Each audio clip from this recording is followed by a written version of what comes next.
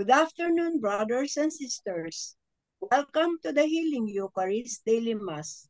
Today is Saturday of the 19th week in Ordinary Time. Our Mass presider is Reverend Father Glenn Paul Gomez, SBD.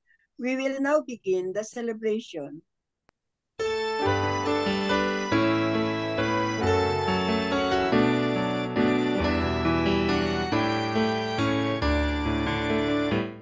Let heaven rejoice and earth be glad. Let all creation sing. Let children proclaim to every land, Hosanna to our King. Sound the trumpet into the night.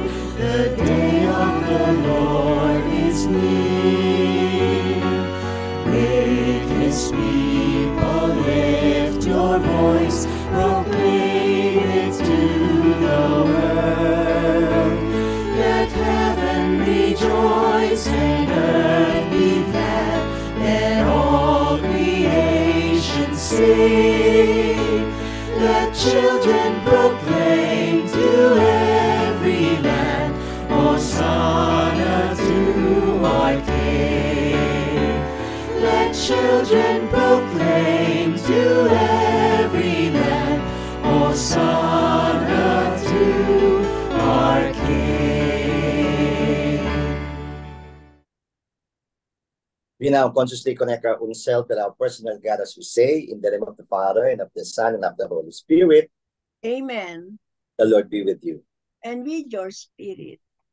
Magandang hapon po sa inyong lahat. Kagaya lang lagi natin sinasabi, basta Sabado, alas 5 po ng hapon, ang bilis ng takbo ng panahon. Amen? Kaya bukas ay 20th Sunday na ng Ordinary Time. No? At sa buwan naman, ngayon nga o kahapon yung pinakakalagitnaan. Ano po? Pero ngayon, medyo palampas na tayo ng gitna. Kaya, 2 linggo na lang na andyan na, may dumudungaw na uli. Ember na naman. Kaya upang maging karapat-dapat po tayo makilahok sa pinakamataas na panalangin ng banal na misa, we pause for a moment, close our eyes, bow our heads as we say sorry for all the sins and mistakes that we have committed. We believe that our God is a very loving and forgiving God. You were sent to heal the contrite of heart. Lord, have mercy. Lord, have mercy. You came to call sinners. Christ, have mercy. Christ, have mercy. You are seated at the right hand of the Father to intercede for us. Lord, have mercy. Lord, have mercy. May Almighty God have mercy on us, forgive us our sins, and bring us to life which is everlasting. Amen. Let us pray at isama po natin ang kaluluwa ng membro po ng HELPC, si Sister Maravic. Sama natin siya sa misang ito.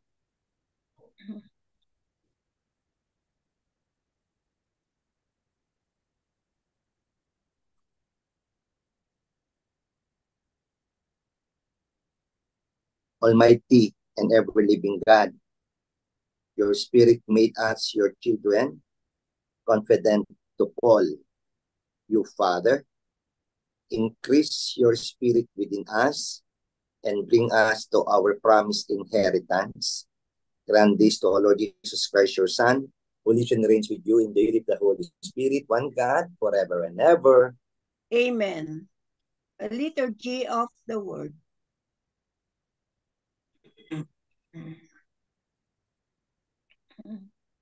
A reading from the book of the prophet Ezekiel.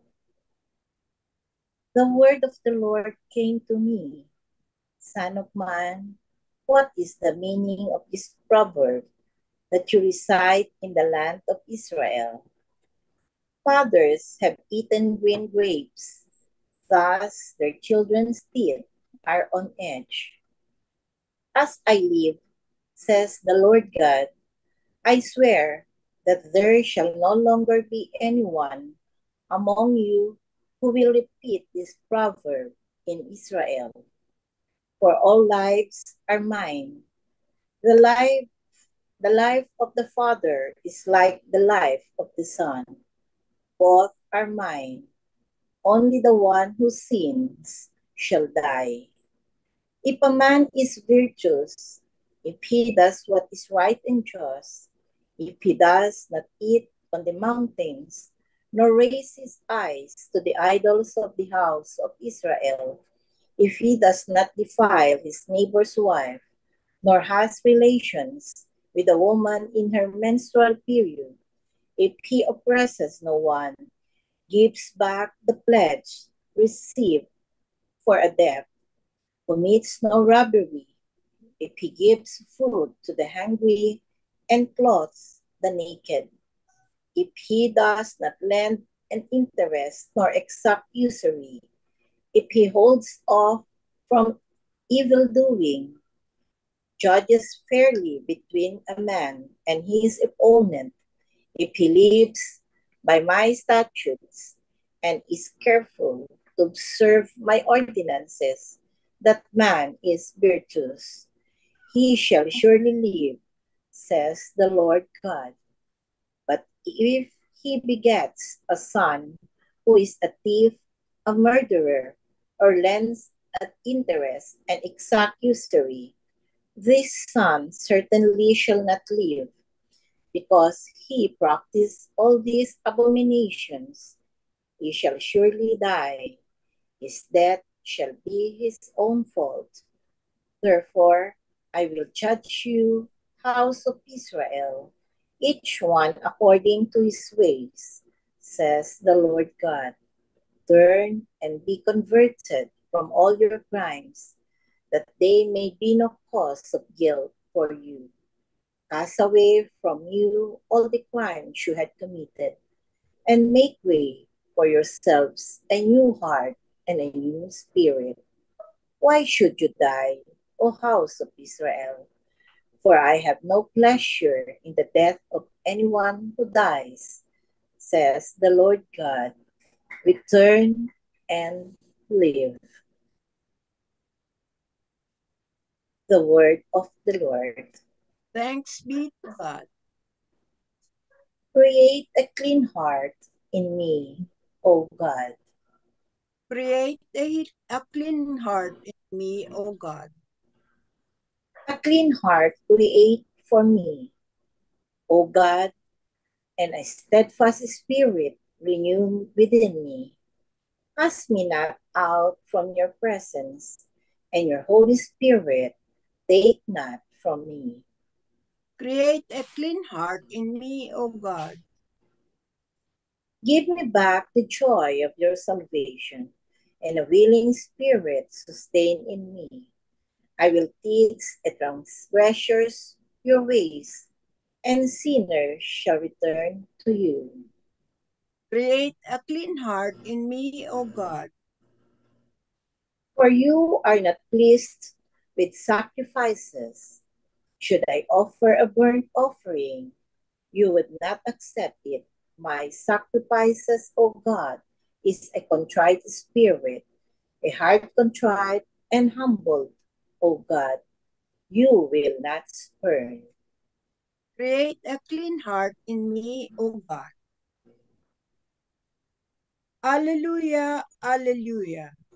Blessed are you, Father, Lord of heaven and earth. You have revealed to little ones the mysteries of the kingdom. Alleluia, alleluia.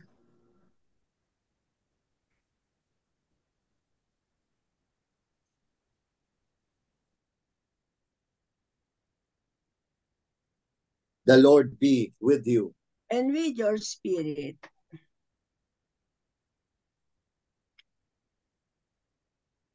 A reading from the Holy Gospel according to Matthew.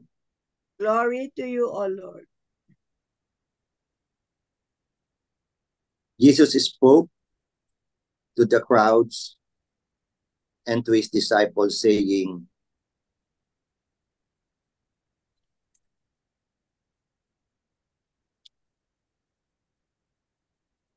oh, thank you.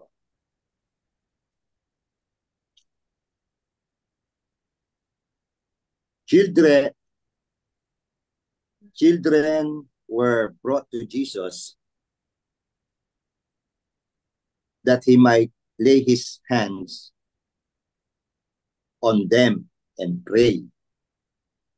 The disciples rebuked them, but Jesus said, "Let the children come to me, and do not prevent them, for the kingdom of heaven belongs to such as this." After Jesus placed his hands on them, he went away. The Gospel of the Lord. Praise to you, Lord Jesus Christ. So, muli, magandang hapon po sa inyong lahat. At nung nakaraang 2 araw nakaraan, pinagdiwang po natin ng Assumption, no? Kaya Mama Mary. At kaya ang tanong, tingnan ng katabi, kakapasok ba sa langit yan? Makakakit ba?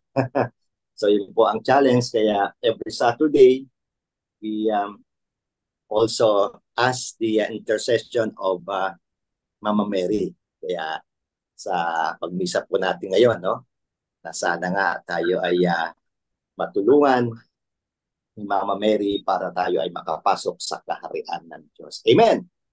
At ngayon naman, ito na, isang paalaala that we are children of God. Amen! Oh, kaya magandang ebanghelyo. Oo. At sinasabi ni Jesus palagi, no? Unless you become like a child, you will not enter the kingdom of heaven. Kasi naman tayong lahat ay children of God, anak ng Diyos. So, maikli lang pong ebanghelyo, ngayon kay Matthew 19 verses 13 to 15. Bali, 3 verses lang, 13, 14, 15. So, yun na nga, kinuwento paano lumapit ang mga bata, paano dinala ang mga bata kay Jesus para siya ay talagang mabendisyonan niya. Eh, sino pa magdadala sa mga bata? Ay di mga nanay. Amen? Kaya, imagine, ano? Sister Paz, Sister Janet, mga anak ninyo, dinadala nyo kay Jesus. Di ba? Napakaganda. Eh, kaya lang, eto na, yung ang gusto ni Jesus. Kaya lang, the disciples rebuked them. Naku, pinagalitan pa. Kasi nga, may akala nila, itong mga bata ay makakadistorbo kay Jesus. Pero sinabi ni Jesus, oy, huwag niyong pipigilan yung mga bata. Let the children come to me and do not prevent them, for the kingdom of heaven belongs to such as this. Ang ganda, no? So, yay, tuwang-tuwa yung mga nanay. Yay! Papaalisin nyo, ha? Galit kayo, ha? So, tinawag tuloy ni Jesus. So, Jesus blessed them. Sa ibang biblical account, he even embraced them. Ako, diba? Kaya swerte ng mga batang yon. So yun, and Jesus placed his hands on them and then he went away. Kung ating pong pagninilay-nilayan, bakit ganoon ang reaksyon ni Jesus sa mga disipulo? Medyo dito medyo mild, walang parang pinagalitan ni Jesus yung mga yan eh. Pero ito, maganda yung 2 reasons na aking pong ibabahagi. Bakit si Jesus ay talagang nagpumilit na lumapit ang mga bata sa kanya. So here are 2 reasons why Jesus blessed the children and why Jesus did not commend the decision of the disciples to prevent them to come to him. Number 1, Jesus gives emphasis on the value of innocence and humility. Naku, swak na swak ito sa atin. Ang gustong bigyan ni Jesus yung kahalagahan ng inosente at ng napagpakumbaba. Sinong meron yon? Di yung mga bata. Ngayon lahat matatalino, ika nga. Lahat gustong magsalita, lahat gustong ipilit ang kanyang gusto. Pero sa mga bata, hindi. Yun ang gusto ni Jesus. So Jesus blessed the children to highlight the importance of approaching God with innocence and humility. And these are characteristics of a child. Kaya tayo po na ngayon, dito sa lalong-lalo na sa Healing Eucharist Daily Mass, at ito sinasabi ko palagi sa sarili ko, ito yung traits or mga katangian na gusto ni Jesus sa bawat tao. Kagaya ng mga batang inosente. Anong ibig sabihin ng inosente? Yung walang bahid ng paghuhusga.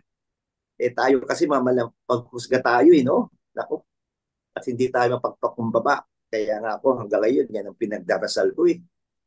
Lalo na siyempre, tao pa rin tayo, andun nga, may mga katungkulan na dapat gampanan. Kaya ang sarap yung paalaala sa Ebanghelyo ngayon. Maging inosente kagaya ng mga bata at tunay na maging mapagpakumbaba kagaya ng mga bata. Pangalawa, ito, bakit binindisyonan ni Jesus ang mga bata at kanyang pinilit na lumapit sa kanya at pinagsabihan ng mga apostoles o disciples. Pangalawa, ito yung kay Jesus rejection of social barriers. So sabi ni Jesus, lalo na ngayon, no? Kaya kung titingnan natin pag election time, lalo na sa Amerika, ano nangyayari doon? O yung isang candidate, walang ginawa kundi makipag-away. Pulaan, grabe talaga. Galit siya, no? Ini-express. At maraming naniniwala sa kanya. So sabi naman ni Jesus sa Ebanghelyo, by welcoming and blessing the children, Jesus demonstrated his disregard for societal norms that marginalize the vulnerable. Ang bait ni Jesus. No? So, parang ganun din, no? Sa isang malapit ng election sa bansa, ang ayaw na ayaw nila yung sino yung mga vulnerable sa bansang yun. Ito yung tinatawag nating immigrants, yung galing sa ibang bansa na wala pang papeles, no? Parang ganun, parang yung mga bata, ano ba ang kakayahan ng mga bata? Very vulnerable, mahina. So sana nga tayong lahat tulungan yung mga mahihina, huwag i-reject, no? Kaya napakagandang alaala po. Kaya sa misang ito, ituloy po natin ang ating panalangin na maging bata. Kaya ang sabi ni Jesus, sino makakapasok sa langit? Yun. Yung mayroong innocence at humility. At syempre, yung bata kasi, mga bata, very welcoming. Sa bata, walang barriers. So, sana tayo rin, welcoming. At sa misang ito, hingin natin sa Diyos na bigyan tayo ng grasya at biyaya ng Diyos. Magkaisa po tayo sa madalit sabi. Kaya tumahimik tayo sumandali. Nawa, gayahin natin, tularan natin ang mga bata, inosente, mapagpakumbaba, at mapagkaisa. And we claim it in the name, the most powerful name of our Lord Jesus Christ. Amen. Amen. At kayo naman, ating pong ialay sa Diyos ang ating mga pangangailangan. We now verbalize all our needs and for each petition, we will say, Lord, hear our prayer. Lord, hear our prayer.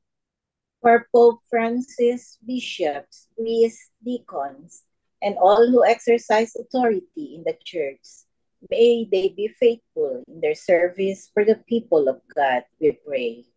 Lord, hear our prayer. For all of us gathered today, may we see everything through the eyes of faith, that we may realize that everything is God's gift to us, we pray. Lord, hear our prayer.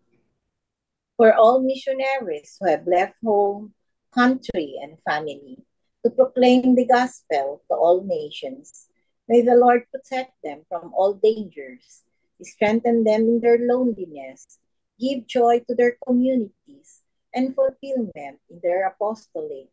May the Lord reward them in this life and in the life to come for their sacrifices and generosity for the kingdom, we pray.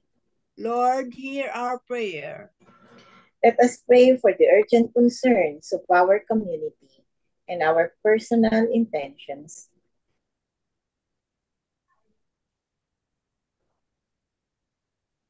We pray. Lord, hear our prayer. Lord, give us the grace, necessary grace for us to imitate children. Make us, O Lord, innocent and humble. May we become the unifying person in this world. All this we ask through Christ our Lord. Amen. Amen. The liturgy of the Eucharist.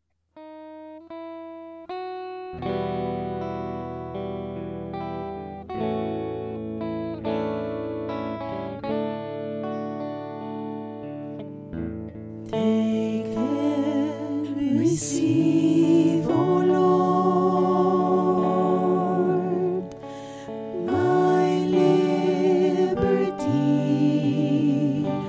Take all my will, my mind, my memory, all things I hold, and all I own are thine was the gift to thee. I always sigh, do thou direct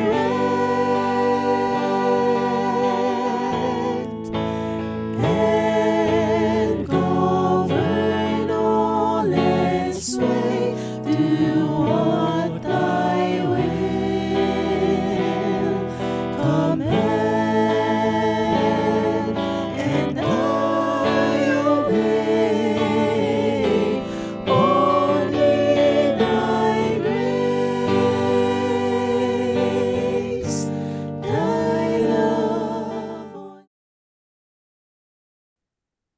So pray now, my dear friends, that this our sacrifice and our own personal intentions may be acceptable to God, the Almighty Father.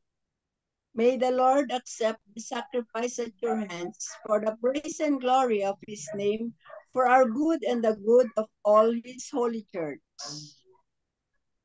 God of power, giver of the gifts we bring, accept the offering of your church and make it the sacrament of our salvation. We ask this through Christ our Lord. Amen. The Lord be with you. And with your spirit, To whom do you lift up your hearts? we lift them up to the Lord. Let us give thanks to the Lord our God. It is right and just. It is truly right and just, our duty in salvation, always and everywhere to give you thanks, Father most holy, to your beloved Son, Jesus Christ, your word, through whom you made all things, whom you sent as our Savior and Redeemer, incarnate by the Holy Spirit and born of the Virgin, fulfilling your will and gaining for you a holy people. He stretched out his hands as he endured his passion, so as to break the bands of death and manifest the resurrection. And so, with the angels and all the saints, we declare your glory as with one voice we acclaim.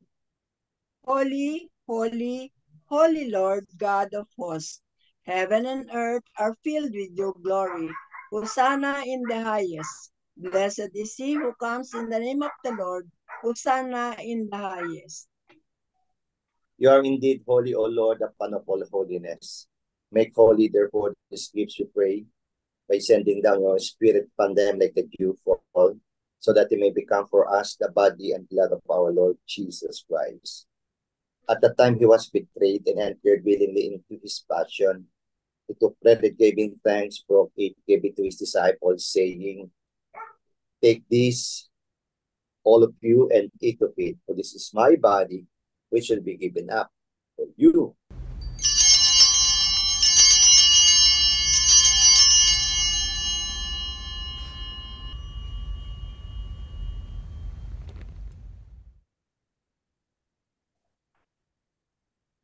In a similar way, when supper was ended, he took the chalice, and once more giving thanks, he gave it to his disciples, saying, "Take this, all of you, and drink from it.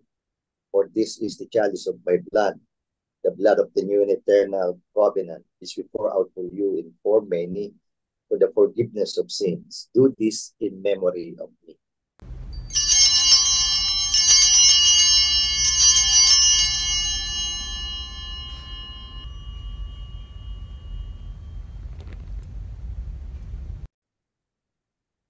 The mystery of faith.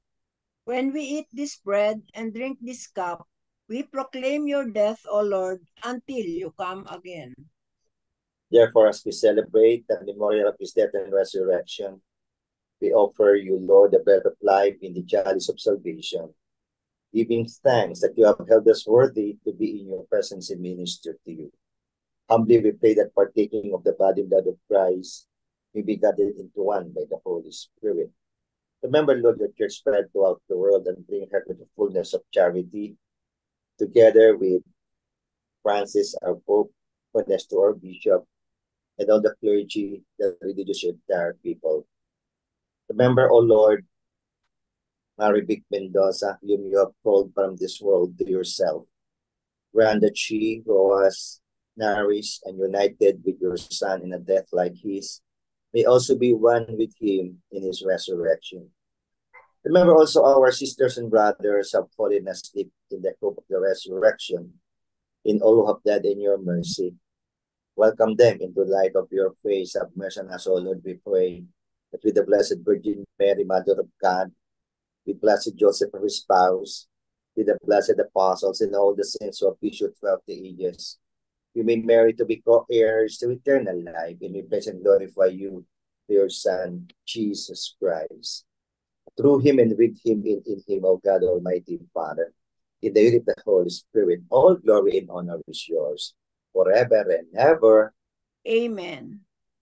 Pakita po natin sa ating Diyos Ama ang katangian ng gusto ni Jesus na ito ating ipinagdarasal, maging inosente, mapagpakumbaba, at nawa ay talagang maging instrumento na ang bawat isa ay maging kasangkapan ng Diyos upang magkaroon ng pagkakaisa sa mundo habang inaawit natin ang dasal ay tinuro sa atin ng ating Panginoong Kristo.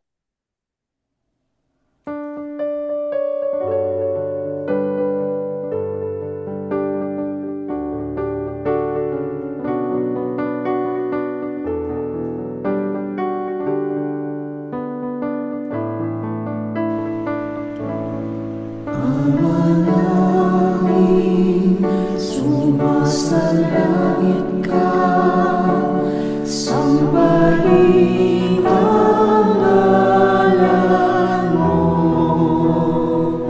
Mapasa amin ang kaharian mo, sundin ang loob mo. Dito sa lupa para sa langit, bigyan mo po kami ngayon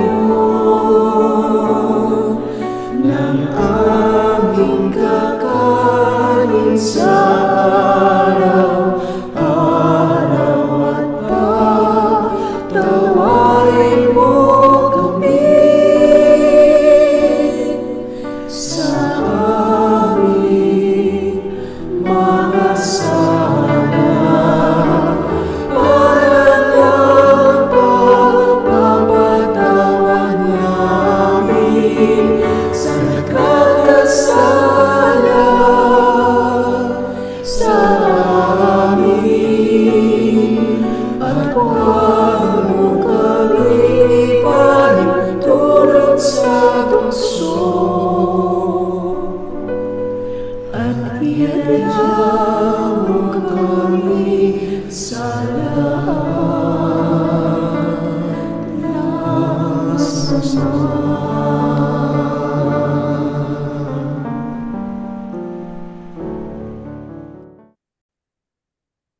Deliver us, Lord, we pray, from every evil. Graciously grant peace in our days. that by the help of your mercy, we may be always free from sin and safe from all unnecessary distress, as we await the blessed hope and the coming of our Savior, Jesus Christ. For the kingdom, the power, and the glory are yours, now and forever. Lord Jesus Christ said to the apostles, I leave you peace, my peace I give you. Lord, look not on our sins, but look on the faith of your church, and graciously grant her peace and unity in accordance with your will, who live and reign forever and ever. Amen. The peace of the Lord be with you always. And with your spirit. With Jesus, the Holy Spirit, and God the Father ng hearts, ibahagi po natin ang ating pinakamatamis ng hindi, bilang sa gisag ng kapayapaan sa isa't isa. Peace be Peace, with you Sister all. Paz, Sister Peace be Janet, with you, Jeff, Father. Marlo, at sa lahat-lahat kapayapaan. Lamb of God, you take away the sins of the world, have mercy on us. Lamb of God, you take away the sins of the world, have mercy on us.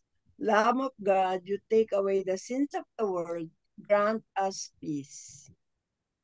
Titigan po natin ang ating mananakop, ang ating Kristo. Tinaalalahanan tayo. Ngayon sa Ebanghelyo, maging mapagpakumbaba, maging inosente, maging instrumento ng Diyos upang magkaroon ng pagkakaisa sa mundo. Behold our Savior, our Redeemer, our Lord Jesus Christ, the Divine Lord, our King, our Emmanuel. God is with us. The Lamb of God who takes away the sins of the world, happy are those who are called to his supper. Lord, I am not worthy that you should enter under my roof, but only say the word, and my soul shall be healed. With the body and blood of Christ, bring us to life everlasting.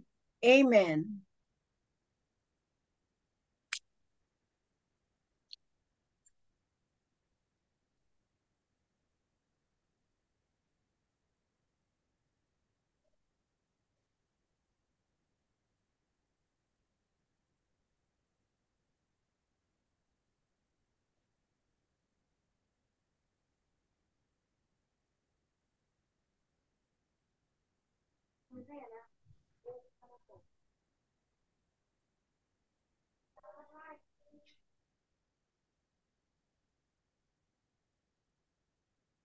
An act of spiritual communion.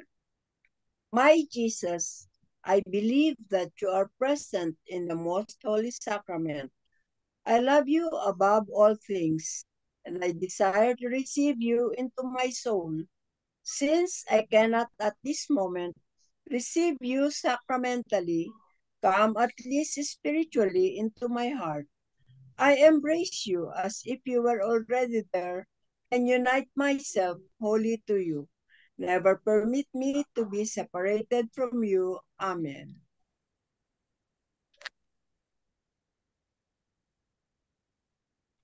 Ngayon naman po, isama natin sa ating panalangin ang mga kapatid natin na nangangailangan ng paghilom ng katawan, ng emosyon, ng isip, at ng espiritu.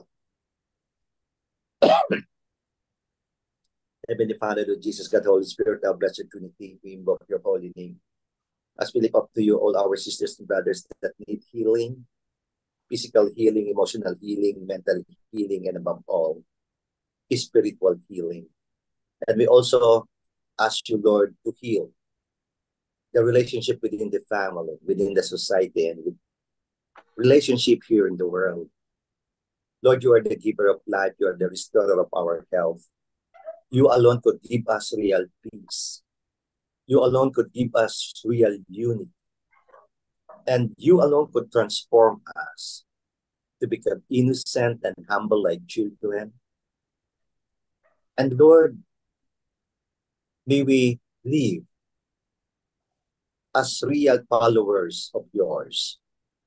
Make us as your real instruments to be agents of change for the positive change that the world needs. And we claim, O Lord, for our speedy and integral healing, both healing of humans and all your creation. At lahat ng ito, Panginoon, hinihiling namin sa pamagitan ng iyong anak na sinugo upang kami iligtas, hilumin at pagalingin. We claim, and I personally claim, Sa ngalan ng Jesus, sa ngalan ni Jesus, tayong lahat ay gumagaling, lumalakas upang makapagpatuloy sa ating pagsisilbi na maihasik ang mabuting balita ni Jesus at magkaroon ng kapayapaan at tunay na pag-iibigan sa mundo. Amen. Purihin natin ang Panginoon. At ngayon naman po ay pakinggan natin si Sister Paz upang i-remind tayo, bukas ay linggo, saan tayo pwedeng samahan sa banal na misa. Sister Paz. Okay po, Father. Let us all join the Healing Eucharist Sunday Mass tomorrow at 6 o'clock a.m. It is the 20th Sunday in Ordinary Time. Our Mass presider is Reverend Father Lino Nicasio, SBD. You can watch and follow us at the Pamilya Channel and Teleradio at 6 to 7 a.m. Replace at Jeepney TV 7 to 8 a.m. Sky Cable Channel 955 at 10:15 to 11:15 a.m. 5 to 6 p.m. in TFC Asia and Guam. We have Manila airings in North and Latin America every 6 to 7 a.m. In Saudi and London, you can watch in I1 TV, TFC, FB page, Twitter, Periscope. For our Healing Eucharist Daily Mass, let us all join from Mondays to Friday at 7:30 p.m. and Saturday at 5 p.m. The Bliss Prayer Meeting or Help C is inviting everyone every Thursday at Salitaw Hall in Christ the King Mission Seminary at E. Rodriguez Avenue, Quezon City. We have our liturgical Bible study at 5 p.m., 6 p.m. for the Holy Rosary, and 7 p.m. praise and worship, and 7:30 p.m. our healing mass. Please come and join us. Thank you. Thank you very much, Sister Paz, Sister Janet, at Jeff and Marlo. At isama nga po pala natin sa ating panalangin si Father Lino Nicasio para lalong lumakas at nabalitaan ko nung Webes. Napakaganda ng homily, sayang-saya ang healthy. Yes, Father. Amen. O, kaya bukas, yan na naman sa Sunday. No? Kaya patuloy po nating pagdasal si Padre Lino, lalo pang lumagas. Siyempre, ganun din po ang ating si Brother Greg Orihines. No? Yan. At yung nanay or mami nila Congressman na Ermen Tulpo, no? Ang aming classmate ni Bong Tulpo, pakisama rin po sa panalangin. At salamat po sa inyong mga panalangin para dito sa Daily Mass ng Healing Eucharist, para sa mga Sunday Masses sa kapamilya. Kaya tuloy-tuloy po. Pati nga si Brother Jeff, tuwang-tuwa kay Father Lino. Kaya good news, no? Tuloy po na. Salamat po sa inyong pinansyal na tulong at patuloy po nating ipapahayag ang mabuting balita ni Kristo at upang maranasan ang paghilom niya sa tuwi-tuwiran nating ipinagdiriwang at habang tayo nakikilahok dito sa banal na misa. God bless you more. Amen. Amen. Manalangin po tayo. Lord, may the Eucharist you give us bring us to salvation and keep us faithful to the light of your truth. We ask this in the name of Jesus the Lord. Amen. The Lord be with you. And with your spirit. May Almighty God bless you, the Father, the Son, and the Holy Spirit. Amen. Our Eucharistic celebration has just ended, but our mission begins. Go with Jesus. Go with the Holy Spirit. Go with God the Father, because God goes with you. Thanks be to God. Thank you, Father.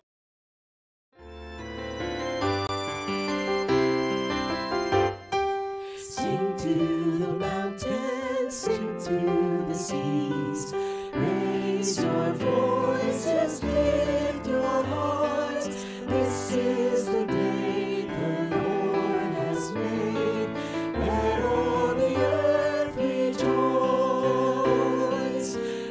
will give thanks to you, my Lord. You have answered my plea. You have saved my soul from death. You are my strength and